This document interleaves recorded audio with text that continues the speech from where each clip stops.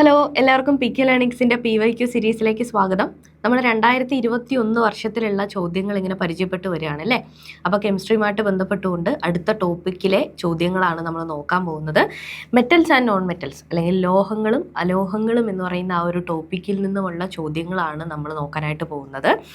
Okay, അപ്പോൾ ആദ്യത്തെ ചോദ്യത്തിലേക്ക് നമുക്ക് കടക്കാം. ലോഹങ്ങൾ അലോഹങ്ങൾ എന്ന് പറയുന്ന ടോപ്പിക്കിൽ നിന്നും 2021 വർഷത്തിൽ വിവിധ പരീക്ഷകളിലായിട്ട് ചോദിച്ചിട്ടുള്ള ചോദ്യങ്ങളാണ് ഡിസ്കസ് ചെയ്യാനായിട്ട് പോകുന്നത്. റെഡിയല്ലേ?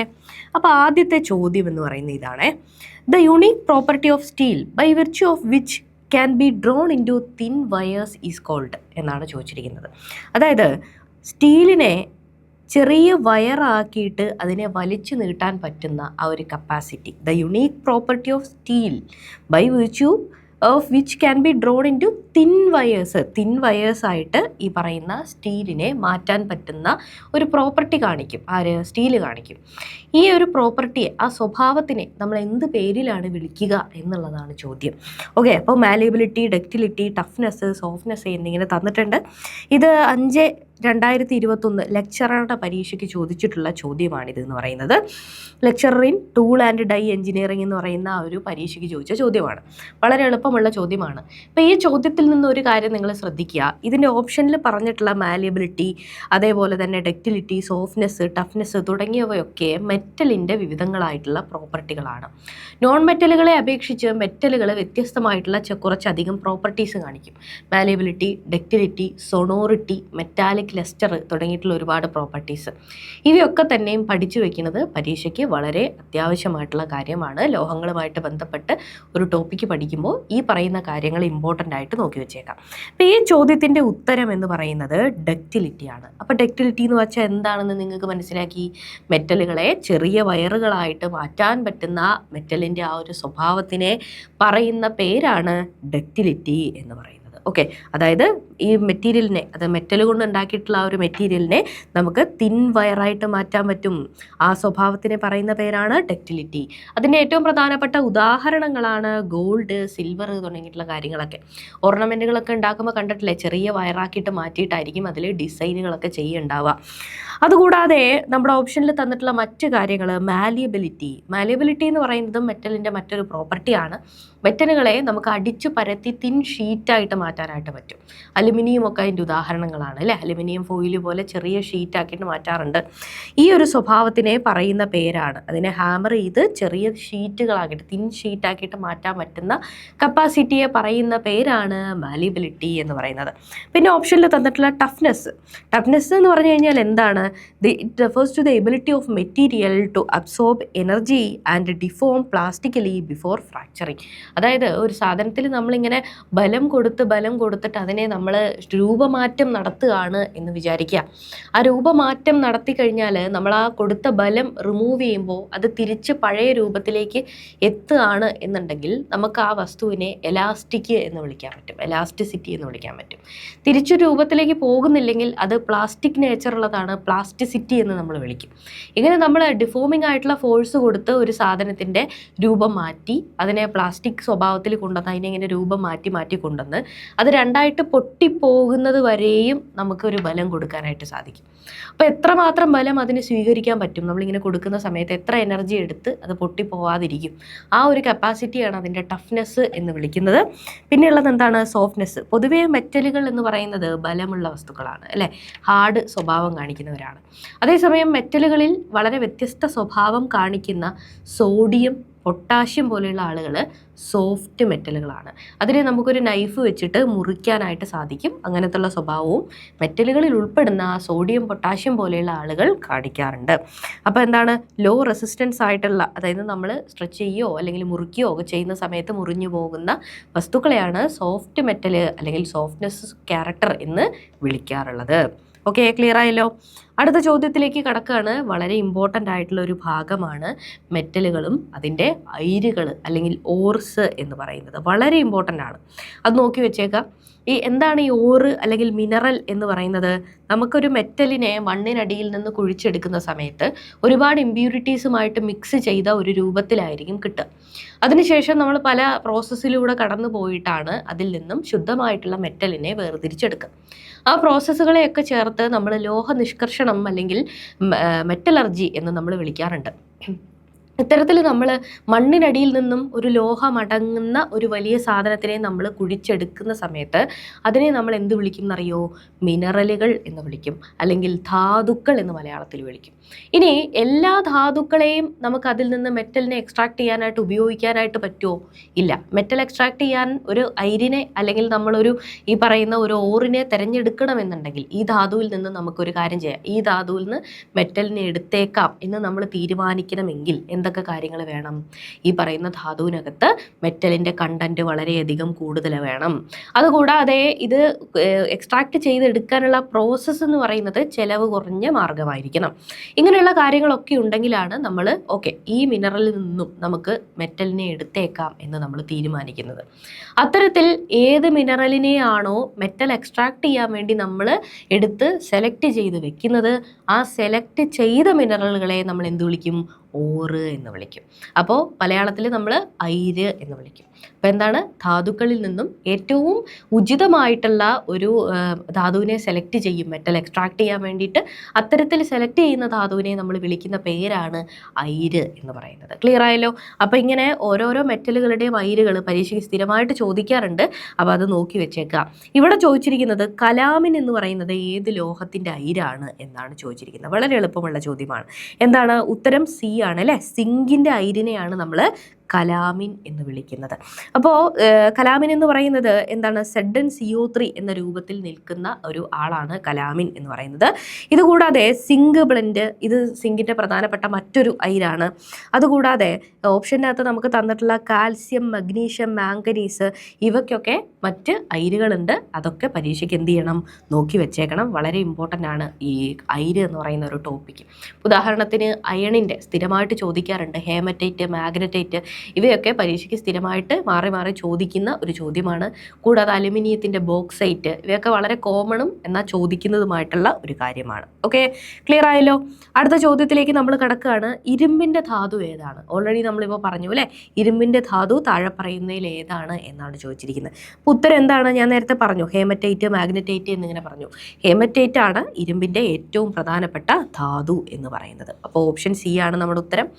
അയണിൻ്റെ അല്ലെങ്കിൽ ഇരുമ്പിൻ്റെ ഏറ്റവും പ്രധാനപ്പെട്ട അയിരുകളിൽ ഒന്നാണ് ഹേമറ്റൈറ്റ് എന്ന് പറയുന്നത്. മറ്റൊരെണ്ണം എന്താണ്? മാഗ്നറ്റൈറ്റ് ആണ്. ഓക്കെ, ഇനി ഓപ്ഷനകത്ത് നമുക്ക് തന്നിട്ടുള്ള ഇൽമനൈറ്റ് എന്ന് പറയുന്നത് ടൈറ്റാനിയത്തിൻ്റെ അയിരാണ്. മാലക്കൈറ്റ് എന്ന് പറയുന്നത് ചെമ്പിൻ്റെ ധാതുവാണ്. അതുകൂടാതെ എവറി എന്ന് പറയുന്നത് കൊറണ്ടം എന്ന ധാതുവിൻ്റെ ഒരു വകഭേദമാണ്. എന്ത്? എവറി എന്ന് പറയുന്ന ഓപ്ഷൻ ഡിയിൽ തന്നിട്ടുള്ള കാര്യം. ഓക്കെ, അപ്പോൾ പരീക്ഷയ്ക്ക് ഞാൻ പറഞ്ഞ പോലെ തന്നെ ഈ ധാതുക്കൾ വളരെ ഇമ്പോർട്ടൻ്റ് ആയിട്ട് നോക്കി വെച്ചേക്കുക. ഇത്തരത്തിൽ PYQ നോക്കുമ്പോൾ തന്നെ അവിടെ നിന്നും നമുക്ക് ഇമ്പോർട്ടൻ്റ് ആയിട്ടുള്ള കുറച്ച് കാര്യങ്ങൾ കിട്ടും. ഇപ്പം തന്നെ നമുക്ക് ടൈറ്റാനിയം, ചെമ്പ്, ഇരുമ്പ് തുടങ്ങിയിട്ടുള്ള കാര്യങ്ങളുടെയൊക്കെ അയിരുകൾ കിട്ടി അല്ലേ? ഇതുകൂടാതെ ടേബിളായിട്ട് SCRT പാഠപുസ്തകത്തിനകത്താണെങ്കിലും അത് കൊടുത്തിട്ടുണ്ട്. അതെടുത്ത് ഒന്ന് പഠിച്ചു വെച്ചേക്കാം. ഓക്കെ, അടുത്ത ക്വസ്റ്റ്യനിലേക്ക് നമ്മൾ പോവുകയാണ്. തോറിയത്തിൻ്റെ അയിര് ഏതാണ് എന്നാണ് ചോദിച്ചിരിക്കുന്നത്. തോറിയത്തിൻ്റെ അയിര് കണ്ടില്ലേ, അയിരുമായിട്ട് ബന്ധപ്പെട്ടിട്ടുള്ള അടുത്ത ചോദ്യം വന്നിരിക്കുകയാണ്. അപ്പോൾ തോറിയത്തിൻ്റെ അയിര് ഏതാണ് എന്നാണ് നമ്മളോട് ചോദിച്ചിട്ടുള്ള ചോദ്യം എന്ന് പറയുന്നത്. അപ്പോൾ എന്താണ്? ഓപ്ഷൻ എ ആണ് നമ്മുടെ ഉത്തരം. തോറിയത്തിൻ്റെ അയിര് എന്ന് പറയുന്നത് എന്താണ്? മോണോസൈറ്റ് ആണ്. അപ്പോൾ എന്താ? തോറിയത്തിൻ്റെ ഏറ്റവും പ്രധാനപ്പെട്ട അയിരാണ് മോണോസൈറ്റ് എന്ന് പറയുന്നത്. കേരളത്തിൻ്റെ തീരദേശ മണലിൽ ധാരാളമായിട്ട് കാണപ്പെടുന്ന ഒരു ധാതു കൂടിയാണ് മോണോസൈറ്റ് എന്ന് പറയുന്നത്. ഇപ്പോൾ F ബ്ലോക്ക് എന്ന് പറയുന്ന ആ ഒരു ബ്ലോക്കിനകത്ത് അടങ്ങിയിട്ടുള്ള ഒരുപാട് ധാതുക്കളെ കുറിച്ചിട്ട് നമ്മൾ പരീക്ഷയ്ക്ക് പഠിക്കാറുണ്ട്. അവയൊക്കെ തന്നെയും കേരളത്തിൻ്റെ മണലിൽ സമ്പുഷ്ടമായിട്ട് കാണപ്പെടുന്ന ധാതുക്കളാണ്. അതിൽ കുറേ അധികം ധാതുക്കൾ. ഓക്കെ, അപ്പോൾ ഇനി ഓപ്ഷനിൽ നമുക്ക് തന്നിട്ടുള്ള ഗലീന, ഇത് ഈയത്തിൻ്റെ അയിരാണ്. ഈയം അല്ലെങ്കിൽ ലെഡിൻ്റെ അയിരാണ്. പിച്ച് ബ്ലെൻഡ് എന്ന് പറയുന്നത് യുറേനിയത്തിൻ്റെ അയിരാണ്. ബോക്സൈറ്റ് എന്ന് പറയുന്നത് അലുമിനിയത്തിൻ്റെ അയിരാണ്. കണ്ടില്ലേ, ഇപ്പം തന്നെ നമ്മൾ PYQവിൽ നിന്ന് തന്നെ ഇത്രയും കാര്യങ്ങൾ നമ്മൾ പഠിച്ചു പോയിട്ടുണ്ട്. പരീക്ഷയ്ക്ക് ചിലപ്പോൾ നേരിട്ട് ഇത് മോണോസൈറ്റ് ആയിരിക്കില്ല ചോദിക്കുക, പകരം ഇവിടെ നമ്മൾ റിലേറ്റഡ് ഫാക്റ്റിൽ തന്നിട്ടുള്ള ഏതെങ്കിലും ആയിരിക്കും ചോദിക്കുക. അപ്പോൾ ഇത്തരത്തിൽ അയിരുകൾ, ധാതുക്കളൊക്കെ ഒന്ന് പഠിച്ചു വെച്ചേക്കാം. കണ്ടില്ലേ, അതുമായിട്ട് ബന്ധപ്പെട്ട് തന്നെ അടുത്ത ചോദ്യം വന്നിരിക്കുകയാണ്. ഈ ഒരു സെറ്റിൽ തന്നെ നമ്മൾ അയിരുമായിട്ട് ബന്ധപ്പെട്ട് എത്ര ചോദ്യം നോക്കിയേ. അപ്പോൾ എന്താണ്? ഹേമറ്റൈറ്റ് ഏത് ലോഹത്തിൻ്റെ അയിരാണ് എന്നാണ് ചോദിച്ചിരിക്കുന്നത്. ഓൾറെഡി നമ്മൾ ഇരുമ്പിൻ്റെ അയിര് ഏത് എന്നുള്ള ചോദ്യം കണ്ടു. ഇപ്പം നേരെ തിരിച്ചു ചോദിച്ചിരിക്കുകയാണ്, ഹേമറ്റൈറ്റ് ഏത് ലോഹത്തിൻ്റെ അയിരാണ് എന്നുള്ളത്. ഏതാണ്? ഇരുമ്പാണ് ഉത്തരമെന്ന് നമുക്കറിയാം അല്ലേ? ഓപ്ഷൻ ബി ആണ്. ഇരുമ്പ് വ്യാവസായികമായിട്ട് വേർതിരിച്ചെടുക്കാൻ വേണ്ടി ഉപയോഗിക്കുന്ന അയിരാണ് ഹേമറ്റൈറ്റ് എന്ന് പറയുന്നത്. അതായത് ലാർജ് സ്കെയിലിൽ ഇരുമ്പിനെ വേർതിരിച്ചെടുക്കാൻ, ഇരുമ്പെടുക്കാൻ വേണ്ടിയിട്ട് ഉപയോഗിക്കുന്നതാണ് ഹേമറ്റൈറ്റ്. ഇനി ഓപ്ഷനകത്ത് നമുക്ക് സിങ്ക്, ടിന്ന്, അലുമിനിയം തുടങ്ങി കുറേ ആളുകളെ തന്നിട്ടുണ്ട്. ഇതിൽ സിങ്കിൻ്റെ നമ്മൾ ഓൾറെഡി പഠിച്ചു അല്ലേ? ഓൾറെഡി ഒരു ചോദ്യം കണ്ടില്ലേ? കലാമിൻ എന്ന് പറയുന്നത് സിങ്കിൻ്റെ അയിരാണെന്ന് നമ്മൾ പഠിച്ചിട്ടുണ്ടായിരുന്നു. പിന്നെന്താണ്? ടിന്നാണ്. ടിന്നിൻ്റെ എന്ന് പറയുമ്പോൾ കാൽസിറ്ററേറ്റ് ആണ്. അലുമിനിയത്തിൻ്റെ നമ്മൾ നേരത്തെ പറഞ്ഞിരുന്നു ബോക്സൈറ്റ്. ഇവയൊക്കെയാണ് അതിൻ്റെ അയിരുകൾ എന്ന് പറയുന്നത്. ക്ലിയർ ആയല്ലോ? ആറാമത്തെ ചോദ്യത്തിലേക്ക് കടക്കുകയാണ്. സ്റ്റെയിൻലെസ് സ്റ്റീൽ ഷീറ്റ് കണ്ടെയ്ൻ എന്നാണ് ചോദിച്ചിരിക്കുന്നത്. സ്റ്റെയിൻലെസ് സ്റ്റീല് എന്ന് പറയുന്നത് എന്താണ്? ഇരുമ്പിൻ്റെ കൂടെ നമ്മൾ മറ്റുള്ള മെറ്റലുകളും ഒരു പ്രത്യേക റേഷ്യോയിൽ ചേർക്കുന്ന സമയത്ത് നമുക്ക് കിട്ടുന്ന ഒരു അലോയാണ് സ്റ്റെയിൻലെസ് സ്റ്റീൽ എന്ന് പറയുന്നത്. സ്റ്റെയിൻലെസ് സ്റ്റീൽ മാത്രമല്ല, അൽനിക്കോ തുടങ്ങിയിട്ടുള്ള ഒരുപാട് അലോയികൾ നമുക്കുണ്ട്. അപ്പോൾ എന്തിനാണ് ഈ അലോയ് ഉപയോഗിക്കുന്നത്? സാധാരണ മെറ്റലുകൾക്ക് ഇല്ലാത്ത ചില പ്രോപ്പർട്ടികൾ ഈ മെറ്റലിനോടൊപ്പം മറ്റുള്ള മെറ്റലുകൾ മിക്സ് ചെയ്യുന്ന സമയത്ത് അതിന് ലഭ്യമാകുന്നു. അങ്ങനെ നമുക്ക് വേരിയസ് ആയിട്ടുള്ള പർപ്പസിന് വേണ്ടിയിട്ട് നമുക്ക് എന്ത് ചെയ്യാൻ പറ്റും? പല അലോയികളെ യൂസ് ചെയ്യാൻ പറ്റും. നേരത്തെ ഞാൻ മെറ്റലുമായിട്ട് ബന്ധപ്പെട്ടുകൊണ്ട് അയിരിൻ്റെ കാര്യം പഠിക്കാൻ പറഞ്ഞ പോലെ തന്നെ മറ്റൊരു ഇമ്പോർട്ടൻ്റ് ആയിട്ടുള്ള സംഭവമാണ് അലോയികൾ എന്ന് പറയുന്നത്. ഇതും നമ്മുടെ പാഠപുസ്തകത്തിനകത്ത് കൊടുത്തിട്ടുണ്ട്. അപ്പോൾ പഠിക്കുന്ന സമയത്ത് ഈ ധാതുക്കളും മിനറൽസ് എന്ന് പറയുന്ന ഒരു ടേബിള്, അതേപോലെ തന്നെ അത് കഴിഞ്ഞ് കഴിഞ്ഞാൽ അലോയിസ്, അതുപോലെ തന്നെ മെറ്റൽസ്, ഏത് മെറ്റല്, അതിൻ്റെ അലോയി, അതിനകത്ത് ഏതൊക്കെ ഘടകങ്ങൾ അടങ്ങിയിരിക്കുന്നു, എവിടെ ഉപയോഗിക്കുന്നു എന്നുള്ള ഒരു ടേബിൾ കൂടി ഉണ്ട്. ഇത് രണ്ടെണ്ണം പഠിച്ചു വെച്ച് കഴിഞ്ഞാൽ തന്നെ മെറ്റൽസ് എന്ന് പറയുന്ന ടോപ്പിക്കിലെ വലിയൊരു ഭാഗം നമുക്ക് കംപ്ലീറ്റ് ആവും. അത്ര ഇമ്പോർട്ടൻ്റ് ആണ് അത് എന്ന് പറയുന്നത്. അപ്പോൾ ഇവിടെ എന്താണ്? സ്റ്റെയിൻലെസ് സ്റ്റീലിനകത്ത് എന്തൊക്കെ കാര്യങ്ങൾ അടങ്ങിയിട്ടുണ്ട് എന്നുള്ളതാണ് ചോദിച്ചിരിക്കുന്ന ചോദ്യം. അപ്പോൾ നമ്മുടെ ഉത്തരം എന്ന് പറയുന്നത് എന്താണ്? ഓപ്ഷൻ ബി ആണ് നമ്മുടെ ഉത്തരം എന്ന് പറയുന്നത്. അതായത് 18% ക്രോമിയവും 8% നിക്കലുമാണ് എന്ത് ചെയ്തിരിക്കുന്നത്? സ്റ്റെയിൻലെസ് സ്റ്റീലിനകത്ത് അടങ്ങിയിട്ടുള്ളത്. അപ്പോൾ എന്താണ്? 18:8 എന്ന് പറയുന്ന ഒരു റേഷ്യോ ആണ് അതിനകത്ത് അടങ്ങിയിട്ടുള്ളത്. 18% ക്രോമിയവും 8% നിക്കലുമാണ് എന്തിലുള്ളത്? സ്റ്റെയിൻലെസ് സ്റ്റീലിനകത്ത് ഉള്ളത്. ഓക്കെ, അപ്പോൾ ഇവിടെ ക്രോമിയം എന്ന് പറയുന്നത് കൊറോഷൻ റെസിസ്റ്റൻസിന് വേണ്ടിയിട്ട് സഹായിക്കുന്നു. നമുക്കറിയാം സ്റ്റെയിൻലെസ് സ്റ്റീൽ എന്ന് പറയുന്നത് ഇപ്പോൾ എന്താ പറയുക, മെഡിക്കൽ എക്യുപ്മെൻറ്റുകൾ തയ്യാറാക്കാനും അല്ലെങ്കിൽ പല പല ഭാഗങ്ങളിൽ നമ്മൾ സ്റ്റെയിൻലെസ് സ്റ്റീൽ യൂസ് ചെയ്യാറുണ്ട്.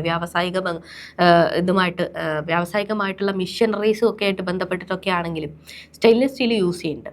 ഇരുമ്പിനെക്കാട്ടിലും സ്റ്റെയിൻലെസ് സ്റ്റീലിനുള്ള ഏറ്റവും വലിയൊരു മേന്മ എന്ന് പറയുന്നത് അതിന് ലെസ് കൊറോഷൻ ആണ് എന്നുള്ളതാണ്. അപ്പോൾ ഇരുമ്പ് പെട്ടെന്ന് ഈ പറയുന്ന അന്തരീക്ഷത്തിലെ മോയ്സ്ചറും ഒക്കെ ആയിട്ട് ബന്ധപ്പെട്ട് റിയാക്ട് ചെയ്തിട്ട് പെട്ടെന്ന് നശിച്ചു പോവാറുണ്ട്. ആ ഒരു സംഭവം വരാതെ ഈ പറയുന്ന സ്റ്റെയിൻലെസ് സ്റ്റീലിന് കുറച്ചുകൂടെ റെസിസ്റ്റൻസ് കൂടുതലാണ് കൊറോഷനെതിരെ. അങ്ങനെ കൊറോഷനെതിരെ കുറച്ചുകൂടെ റെസിസ്റ്റൻസ് സ്റ്റെയിൻലെസ് സ്റ്റീലിന് കൊടുക്കുന്ന കമ്പോണൻ്റാണ് ക്രോമിയം എന്ന് പറയുന്നത്. ഈ ക്രോമിയം ഉള്ളത് കൊണ്ട് ഒരു പ്രൊട്ടക്റ്റീവ് ആയിട്ടുള്ള ഓക്സൈഡ് ലെയർ അതിൻ്റെ സർഫസിൽ ഉള്ളതുപോലെയാണ് സ്റ്റെയിൻലെസ് സ്റ്റീൽ കൊറോഷനെ റെസിസ്റ്റ് ചെയ്യുന്നത്. പിന്നെന്താണ്? നിക്കലാണ്. നിക്കൽ എന്ന് പറയുന്നത് കൊറോഷൻ റെസിസ്റ്റൻസിനും സഹായിക്കുന്നു. അതുകൂടാതെ കുറച്ചുകൂടെ ഡക്റ്റിലിറ്റിയും അതേപോലെ തന്നെ ഈ അലോയ്ക്കൊരു സ്ട്രെങ്ത്, സ്റ്റെയിൻലെസ് സ്റ്റീലിനൊരു സ്ട്രെങ്ത് കൂടെ കൊടുക്കാൻ സഹായിക്കുന്നുണ്ട് നിക്കല് എന്ന് പറയുന്നത്. ഓക്കെ, ക്ലിയർ ആയല്ലോ? അടുത്ത ചോദ്യം, ഏഴാമത്തെ ചോദ്യത്തിലേക്ക് നമ്മൾ കിടക്കുകയാണ്. The zinc coated iron pipe is known as എന്നാണ് ചോദിച്ചിരിക്കുന്നത്. അയൺ പൈപ്പിനെ സിങ്ക് കോട്ട് ചെയ്താൽ അതിനെ പറയുന്ന പേരെന്ത് എന്നാണ് ചോദിച്ചിരിക്കുന്നത്. അപ്പോൾ ഇവിടെ നമ്മൾ മനസ്സിലാക്കേണ്ട ഒരു സംഭവം എന്ന് പറയുന്നത് വ്യാവസായികമായിട്ട് വളരെയധികം ഇമ്പോർട്ടൻ്റ് ആയിട്ടുള്ള ഒരു ലോഹമാണ് ഇരുമ്പ് എന്ന് നമുക്കറിയാം. പക്ഷേ ഇരുമ്പ് കാരണം നമ്മൾ അനുഭവിക്കുന്ന ഏറ്റവും പ്രധാനപ്പെട്ട ഒരു പ്രതിസന്ധി, ഒരു പ്രശ്നം എന്ന് പറയുന്നത് ഭയങ്കരമായിട്ടുള്ള കൊറോഷനാണ്. ഇരുമ്പിൻ്റെ കൊറോഷനാണ്. ഈ കൊറോഷനെ തടയാൻ വേണ്ടിയിട്ട് പലതരത്തിലുള്ള മാർഗ്ഗങ്ങൾ നമുക്ക് ചെയ്യാം. ഉദാഹരണത്തിന് പെയിൻ്റ് അടിക്കുക, ചുണ്ണാമ്പ് അടിച്ചു വയ്ക്കുക, ഇങ്ങനെയൊക്കെ ചെയ്തു കഴിഞ്ഞാൽ കുറേയൊക്കെ കൊറോഷനെ തടയാനായിട്ട് പറ്റും. എന്താണ് കൊറോഷൻ എന്ന് പറയുന്നത്? ഇരുമ്പ് പോലെയുള്ള മെറ്റലുകൾ അന്തരീക്ഷത്തിലിരിക്കുന്ന സമയത്ത് അന്തരീക്ഷത്തിലെ മോയ്സ്ചറും അതോടൊപ്പം മറ്റുള്ള ഘടകങ്ങളുമൊക്കെ ആയിട്ട് റിയാക്ട് ചെയ്ത് അത് സ്വയം നശിച്ചു പോകും. അങ്ങനെ ആ നശിച്ചു പോകുന്ന ആ ഒരു സ്വഭാവത്തെ പറയുന്ന പേരാണ് കൊറോഷൻ എന്ന് പറയുന്നത്. അപ്പോൾ ഈ പറയുന്ന യന്ത്രഭാഗങ്ങളുടെയൊക്കെ വെയർ ആൻഡ് ടയർ, അതിനൊക്കെ പ്രധാനപ്പെട്ട ഒരു കാരണം കൊറോഷനും കൂടിയാണ്. അപ്പം അങ്ങനെ പ്രധാനപ്പെട്ട കുറേ കാര്യങ്ങൾ ഇങ്ങനെ കൊറോഷൻ കാരണം നശിച്ചവിടെ പോയി കഴിഞ്ഞാൽ നമുക്ക് വലിയൊരു ധനനഷ്ടമാണ് ഉണ്ടാവുക അല്ലേ? അപ്പോൾ അത് ഇല്ലാതിരിക്കാൻ വേണ്ടിയിട്ട് കൊറോഷനെ നമ്മൾ തടയണം. അതിന് വളരെ എഫക്റ്റീവായിട്ടുള്ള ഒരു മാർഗമാണ് ഗാൽവനൈസേഷൻ എന്ന് പറയുന്നത്. അപ്പോൾ എന്താണ് ഗാൽവനൈസേഷൻ എന്ന് പറയുന്നത്? ഇരുമ്പ് പോലെ കൊറോഷൻ വരുന്ന സംഗതികളെ, ഇരുമ്പിൻ്റെ കാര്യം എടുക്കുകയാണെങ്കിൽ സിങ്കിനെ അപേക്ഷിച്ച് റിയാക്ടിവിറ്റി വളരെയധികം കുറവുള്ള ഒരു മെറ്റലാണ് ഇരുമ്പ് എന്ന് പറയുന്നത്. അപ്പോൾ എന്ത് ചെയ്യും, റിയാക്ടിവിറ്റി കൂടുതലുള്ള സിങ്കിൻ്റെ ഒരു കോട്ട് ഈ പറയുന്ന അയൺ പൈപ്പിൻ്റെ മുകളിൽ നമ്മൾ കൊടുക്കും. അപ്പോൾ എന്ത് ചെയ്യും, അവർ അന്തരീക്ഷത്തിലെ മോയ്സ്ചറോ മറ്റ് ഘടകങ്ങളോ ഒക്കെ വരുമ്പോൾ ഇരുമ്പിനെക്കാട്ടി കൂടുതൽ റിയാക്ടിവിറ്റി സിങ്കിനായതുകൊണ്ട് സിങ്ക് അങ്ങ് റിയാക്ട് ചെയ്തു പോകും. അതിനകത്തിരിക്കുന്ന ഇരുമ്പ് സംരക്ഷിച്ച് ഇരിക്കാനായിട്ടും സഹായിക്കും ഈ സിങ്ക് എന്ന് പറയുന്നത്. ഓക്കെ, അപ്പോൾ ഇങ്ങനെ ചെയ്യുന്ന ആ ഒരു പ്രോസസ്സിനെ പറയുന്ന പേരാണ് ഗാൽവനൈസേഷൻ എന്ന് പറയുന്നത്. അപ്പോൾ തന്നെ നമുക്ക് ഓപ്ഷനിൽ നിന്ന് ഉത്തരം കിട്ടി. എന്താ പറയുക, ഗാൽവനൈസ്ഡ് അയൺ എന്നാണ് ഈ പറയുന്ന സിങ്കിൽ മുക്കിയ ഇരുമ്പിനെ വിളിക്കുന്ന പേര്. ഓക്കെ, അപ്പോൾ എന്താണ് ഗാൽവനൈസേഷൻ എന്ന് നമ്മൾ പറഞ്ഞു. ഇരുമ്പിൻ്റെ മുകളിൽ കൊറോഷൻ സംഭവിക്കാൻ സാധ്യതയുള്ള മെറ്റലിൻ്റെ മുകളിൽ സിങ്കിൻ്റെ ഒരു കോട്ടിങ് കൊടുക്കുന്ന രീതിയെ പറയുന്ന പേരാണ് ഗാൽവനൈസേഷൻ എന്ന് പറയുന്നത്. ഇനി ഓപ്ഷനകത്ത് നമുക്ക് റോട്ട് അയൺ എന്നൊരു സാധനം തന്നിട്ടുണ്ട്. എന്താണ് റോട്ട് അയൺ എന്ന് പറയുന്നത്? റോട്ട് അയൺ അയണിൻ്റെ വളരെ പ്യുവർ ആയിട്ടുള്ള ഒരു ഫോമാണ്. അതിനകത്ത് കാർബണിൻ്റെ കണ്ടൻറ്റ് വളരെയധികം കുറവായിരിക്കും. ആ രൂപത്തെ പറയുന്ന പേരാണ് എന്താ പറയുക, റോട്ട് അയൺ എന്ന് പറയുന്നത്. പിന്നെ അടുത്തത് സ്റ്റെയിൻലെസ് സ്റ്റീലാണ്. സ്റ്റെയിൻലെസ് സ്റ്റീൽ ഓൾറെഡി നമ്മൾ ഡിസ്കസ് ചെയ്തു. ഒരു അലോയ് ആണ്. ക്രോമിയോ നിക്കലും അയണും കൂടെ കലർന്നിട്ടുള്ള ഒരു എന്താ പറയുക അലോയ് ആണ് സ്റ്റെയിൻലെസ് സ്റ്റീൽ എന്ന് നമ്മൾ ഓൾറെഡി പറഞ്ഞു അല്ലേ. പിന്നെ ഓപ്ഷനിൽ നമുക്ക് കാസ്റ്റ് അയൺ തന്നിട്ടുണ്ട്. കാസ്റ്റ് അയൺ എന്ന് പറയുന്നതും എന്താണ്, ഒരു അലോയ് ഓഫ് അയൺ ആണ്. ഇതിനകത്ത് ഹൈ കാർബൺ കണ്ടന്റ് ആയിരിക്കും ഉണ്ടാവുക, 2 മുതൽ 4% വരെ. ഓക്കെ, അപ്പോൾ ക്ലിയർ ആയി എന്ന് വിചാരിക്കുന്നു. 8ാമത്തെ ചോദ്യത്തിലേക്ക് നമ്മൾ കടക്കാണ്. Which of the following elements is added to steel to increase its resistance to corrosion in environments like sea water? Sea water പോലെയുള്ള എൻവയോൺമെൻറ്റുകളിൽ അയണിനെ നമ്മൾ കൊണ്ടുവച്ച് കഴിഞ്ഞാൽ, അല്ലെങ്കിൽ കടൽ തീരത്തുള്ള വീടുകളുടെ ജനൽ കമ്പികളൊക്കെ ഇരുമ്പിൻ്റേതാണെങ്കിൽ ഈ ഉപ്പ് കാറ്റടിക്കുന്ന സമയത്ത് അതിൻ്റെ റിയാക്ടിവിറ്റിയുടെ റേറ്റ് കുറച്ചുകൂടെ കൂടുകയും പെട്ടെന്ന് കൊറോഷൻ സംഭവിച്ചു പോവുകയും ചെയ്യാറുണ്ട്. നമ്മുടെ പാഠപുസ്തകത്തിനകത്തൊക്കെ ആണെങ്കിലും ഉപ്പ് വെള്ളത്തിനകത്തും ചുണ്ണാമ്പ് വെള്ളത്തിനകത്തും ഇരുമ്പ് ആണി ഇട്ടിട്ടുള്ള ഒരു എക്സ്പെരിമെൻറ്റിൻ്റെ കമ്പാരിസണൊക്കെ നമുക്ക് പഠിക്കാനുണ്ട്. അപ്പോൾ ഇത്തരത്തിൽ കൊടുക്കുന്ന സമയത്ത് എന്താ സംഭവിക്കുക, ഉപ്പ് വെള്ളവുമായിട്ട് സമ്പർക്കത്തിൽ വരുമ്പോൾ കൊറോഷൻ റേറ്റ് വളരെയധികം കൂടുതലാവുകയാണ് ചെയ്യുക. അപ്പോൾ നമ്മളോട് ചോദിച്ച ചോദ്യം ഇതാണ്, താഴെ തന്നിട്ടുള്ളതിൽ ഏത് എലമെൻറ്റിനെയാണ് നമ്മൾ സ്റ്റീലിൻ്റെ കൂടെ ആഡ് ചെയ്യുക? എന്തിനാ ആഡ് ചെയ്യുന്നത്? ഈ പറയുന്ന സീ വാട്ടറിൻ്റെ എൻവയോൺമെൻറ്റിൽ ഇരിക്കുന്ന സമയത്ത് പെട്ടെന്ന് കൊറോഷൻ സംഭവിച്ചു പോകാതിരിക്കാനായിട്ട് സ്റ്റീലിനോടൊപ്പം നമ്മൾ ആഡ് ചെയ്യുന്ന മറ്റൊരു ഘടകം ഏത് എന്നാണ് ചോദിച്ചിരിക്കുന്ന ചോദ്യം. അപ്പോൾ എന്താണ് നമ്മുടെ ഉത്തരം എന്ന് പറയുന്നത്? ഓപ്ഷൻ ബി ആണ്, കോപ്പറാണ്. ഈ കോപ്പറിനെ നമ്മൾ സ്റ്റീലിനകത്ത് സിഗ്നിഫിക്കൻ്റ് ആയിട്ടൊരു ചെറിയ എമൗണ്ടിൽ നമ്മൾ കൊടുക്കുന്ന സമയത്ത് തന്നെ അതിൻ്റെ കൊറോഷൻ്റെ റേറ്റിൽ സിഗ്നിഫിക്കൻ്റ് ആയിട്ടുള്ളൊരു ഇമ്പ്രൂവ്മെൻറ്റ് ഉണ്ടാവാറുണ്ട്. അറ്റ്മോസ്ഫിയറിലുള്ള ആ കൊറോഷനെ അത് എന്ത് ചെയ്യാറുണ്ട്, റെസിസ്റ്റ് ചെയ്യുന്നു. കൂടാതെ സീ വാട്ടർ പോലെ പെട്ടെന്ന് കൊറോഡ് ചെയ്യാൻ പറ്റുന്ന ഒരു അന്തരീക്ഷത്തിൽ ഇരുന്നാൽ പോലും അതിനെ റെസിസ്റ്റ് ചെയ്യാനായിട്ട് സ്റ്റീലിന് സാധിക്കുന്നു. ഓക്കെ, അപ്പോൾ ക്ലിയർ ആയി എന്ന് വിചാരിക്കുന്നു. ഓപ്ഷൻ ബി, ഓപ്ഷനിൽ തന്നിട്ടുള്ള അലുമിനിയം, ടൈറ്റാനിയം, വനേഡിയം തുടങ്ങിയവയൊന്നും തന്നെ അല്ല. നമ്മൾ പൊതുവെ ഉപയോഗിക്കാറുള്ളത് ഏതാണ്? കോപ്പറാണ് എന്നുള്ള മനസ്സിലാക്കി വെച്ചേക്കാം. 9ാമത്തെ ചോദ്യത്തിലേക്ക് നമ്മൾ കിടക്കാണ്. Bronze is an alloy of. കണ്ടില്ല, അലോയുമായിട്ട് ബന്ധപ്പെട്ടുള്ള അടുത്ത ചോദ്യം വന്നിരിക്കുകയാണ്. ബ്രോൺസ് എന്ന് പറയുന്നത് എന്തിൻ്റെയൊക്കെ അലോയ് ആണ് എന്നാണ് ചോദിച്ചിരിക്കുന്നത്. നമ്മുടെ ഉത്തരം എന്ന് പറയുന്നത് ഓപ്ഷൻ എ ആണ്. ബ്രോൺസിനകത്ത് അടങ്ങിയിട്ടുള്ള ഘടകങ്ങൾ ഏതൊക്കെയാണ് എന്ന് ചോദിച്ചു കഴിഞ്ഞാൽ ഏതൊക്കെയാണ്? കോപ്പറും ടിന്നുമാണ് അടങ്ങിയിട്ടുള്ള ഘടകങ്ങൾ എന്ന് പറയുന്നത്. ഏതൊക്കെയാണ്? കോപ്പറും ടിന്നുമാണ്. ഇത് കൂടാതെ ഓപ്ഷനിൽ തന്നിട്ടുള്ള ബ്രാസിനകത്ത് ആരൊക്കെയുള്ളത്? കോപ്പറും സിങ്കുമാണുള്ളത്. ഇതുകൂടാതെ alloys are created to combine the beneficial properties of different metal such as increased strength or resistance to corrosion. ഞാൻ നേരത്തെ പറഞ്ഞ പോലെ സാധാരണ മെറ്റലുകൾക്കില്ലാത്ത കുറച്ച് സവിശേഷതകൾ ഈ മെറ്റലിനകത്ത് മറ്റ് മെറ്റലുകളെയും കൂടെ ആഡ് ചെയ്യുന്ന സമയത്ത് അതിന് ലഭ്യമാകുന്നു. അതിന് വേണ്ടിയിട്ടാണ് നമ്മൾ ചില സാഹചര്യങ്ങളിൽ പ്യുവർ മെറ്റൽ എടുക്കുന്നതിന് പകരം നമ്മൾ എന്ത് ചെയ്യുന്നത്, ഈ അലോയ് രൂപം നമ്മൾ പ്രിഫർ ചെയ്യുന്നത്. ക്ലിയർ ആയല്ലോ? 10ാമത്തെ ചോദ്യം, അവസാനത്തെ ചോദ്യത്തിലേക്ക് നമ്മൾ കടക്കുകയാണ്. അലുമിനിയം ഈസ് എക്സ്ട്രാക്റ്റഡ് ഫ്രം എന്നാണ് ചോദിച്ചിരിക്കുന്നത്. ഇത് നമ്മൾ നേരത്തെ പറഞ്ഞ പോലെ ഓറുമായിട്ട് ബന്ധപ്പെട്ട ചോദ്യം തന്നെയാണ്. അലുമിനിയത്തിനെ താഴെ പറയുന്നതിൽ ഏതിൽ നിന്നുമാണ് എക്സ്ട്രാക്ട് ചെയ്തെടുക്കുന്നത് എന്നുള്ളൊരു സിമ്പിൾ ചോദ്യമാണ് ചോദിച്ചിരിക്കുന്നത്. എന്താ ഉത്തരം എന്ന് പറയുന്നത്? ഓപ്ഷൻ സി ആണ്, ബോക്സൈറ്റ് ആണ്. ഓൾറെഡി നമ്മൾ പറഞ്ഞു അല്ലേ. ബോക്സൈറ്റ് എന്ന് പറയുന്നത് അലുമിനിയത്തിൻ്റെ ഏറ്റവും പ്രധാനപ്പെട്ടിട്ടുള്ള ഒരു ഓറാണ്. ബോക്സൈറ്റ് എന്ന് പറയുന്നത് അലുമിനിയത്തിൻ്റെ ഏറ്റവും പ്രധാനപ്പെട്ടിട്ടുള്ള ഒരു ഓറാണ്. അതിനെ നമ്മൾ ഹാൽ ഹെറൗട്ട് പ്രോസസ്സ് എന്ന് പറയുന്ന ഒരു പ്രോസസ്സിലൂടെയാണ് എന്ത് ചെയ്യുന്നത്, ഈ പറയുന്ന അലുമിനിയത്തിനെ നമ്മൾ എക്സ്ട്രാക്ട് ചെയ്ത് എടുക്കുന്നത്. ഓക്കെ, ഇനി ഓപ്ഷനിൽ നമുക്ക് തന്നിട്ടുള്ള ഗലീന എന്ന് പറയുന്നത് ലെഡിൻ്റെ ഓറാണ്. ഇതുകൂടാതെ പൈറൈറ്റ് എന്ന് പറയുന്നത് അയൺ സൾഫൈഡ് മിനറൽ, അതിനെ നമ്മൾ ഫൂൾസ് ഗോൾഡ് എന്നാണ് വിളിക്കാറുള്ളത്. അയൺ സൾഫൈഡ് മിനറലാണ് പൈറൈറ്റ് എന്ന് പറയുന്നത്. പിന്നെന്താണ് ലിമോനൈറ്റ്. ലിമോനൈറ്റ് എന്ന് പറയുന്നത് an iron ore consisting of a mixture of hydrated iron oxide hydroxides. അപ്പോൾ അയൺ ഓക്സൈഡ് ഹൈഡ്രോക്സൈഡ്സ് അടങ്ങുന്ന ഒരു എന്താ പറയുക ഹൈഡ്രേറ്റഡ് ആയിട്ടുള്ള, അതായത് വാട്ടറിൻ്റെ കണ്ടൻറ്റ് കൂടിയുള്ള ഒരു മിക്സ്ചറിനെ നമ്മൾ വിളിക്കുന്ന പേരാണ് ലിമോനൈറ്റ് എന്ന് പറയുന്നത്. നമ്മുടെ ഉത്തരം എന്ന് പറയുന്നത് ബോക്സൈറ്റ് ആണ്. വളരെ സിമ്പിളായിട്ടുള്ള ഒരു ചോദ്യവുമായിരുന്നു. അപ്പോൾ ഇന്നത്തെ ഈ ഒരു ക്ലാസ്സിൽ നമ്മൾ അലോഹങ്ങൾ എന്ന് പറയുന്ന ഒരു വലിയ ടോപ്പിക്കിൽ നിന്നുമുള്ള 10 ചോദ്യങ്ങളാണ് ഡിസ്കസ് ചെയ്തത്. അടുത്ത ക്ലാസ്സിൽ നമ്മൾ അലോഹങ്ങൾ എന്ന് പറയുന്ന സെയിം ടോപ്പിക്കിൽ നിന്നുമുള്ള ബാക്കി ചോദ്യങ്ങളായിരിക്കും ഡിസ്കസ് ചെയ്യാനായിട്ട് പോകുന്നത്. അതിനുശേഷം അടുത്ത ടോപ്പിക്കിലേക്ക് നമുക്ക് പോകും. അപ്പോൾ എപ്പോഴും മനസ്സിൽ വയ്ക്കുക, പരീക്ഷയ്ക്ക് പഠിക്കുന്ന സമയത്ത് ഫാക്റ്റുകളോടൊപ്പം തന്നെ കഴിഞ്ഞ വർഷങ്ങളിൽ ചോദിച്ചു വന്നിട്ടുള്ള ചോദ്യങ്ങളും കൂടെ പരിചയപ്പെട്ടു പോവുക. ഓക്കെ, അപ്പോൾ അടുത്ത ക്ലാസ്സിൽ നമുക്ക് മറ്റു കുറച്ചധികം ചോദ്യങ്ങളും അതുമായിട്ട് ബന്ധപ്പെട്ടിട്ടുള്ള റിലേറ്റഡ് ഫാക്ട്സുമായിട്ട് നമുക്ക് വീണ്ടും കണ്ടുമുട്ടാം. Thank you all. Thank you.